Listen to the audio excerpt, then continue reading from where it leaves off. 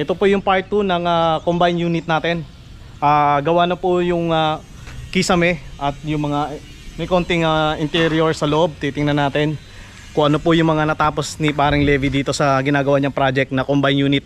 Ito po yung, kung napanood nyo po yung first vlog natin dito sa unit na to, wala pa siyang kisame at saka yung cove light. Inaayos pa yung mga paglalagyan ng cove light.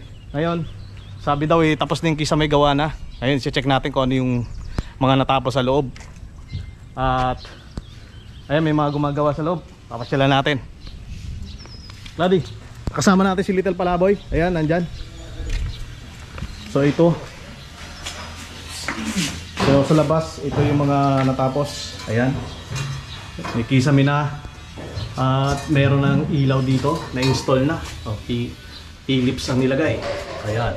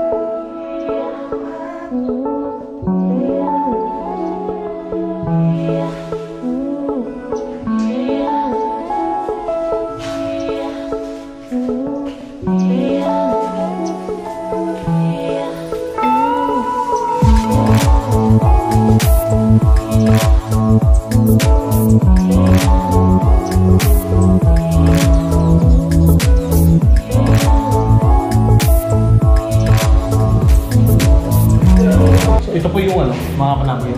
This is the second unit na binlag natin ngayon. Ito na yung tsura niya. So ito yung TV rack. Dito ilalagay yung TV. Ayan o. Tapos wala pang, medyo yung iba wala pang ilaw. Ito yung sala. And ito yung kwarto. Ito yung kwarto niya. Tapos ito yung door na ilalagay dito sa kwarto. Ayan o. Yan. Medyo, ito mas mataas ang kisame nito. Yung CR, hindi binago yung CR mga kapalakay. Yan pa din. As is, yung CR. Ando si Little Palaboy, ayun o. Ligat dito, Little Palaboy. Kasama natin siya rito mga Palaboy. So, malapit na. Ito, lapit na.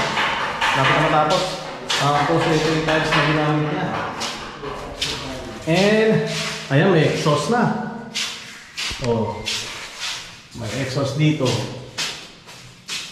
Ito yung pinaka-kitchen. Ito yung pinaka-kitchen niya mga Palaboy. So last time na pumunta tayo dito, hindi pa masyadong ganito ang itsura nito. Tingnan nyo, may exhaust na dito. Ito exhaust, and then ito yung kitchen, yung sink. Malamang dito ilalagay yung kanyang refrigerator dyan. Pero alanganin, pinto. And ito yung fire exit. Tsaka laundry area.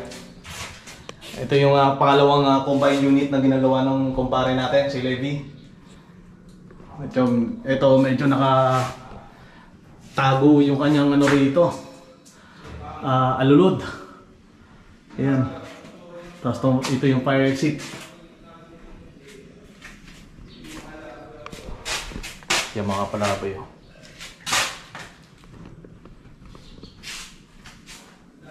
Ito yung sala. Ito yung kwarto.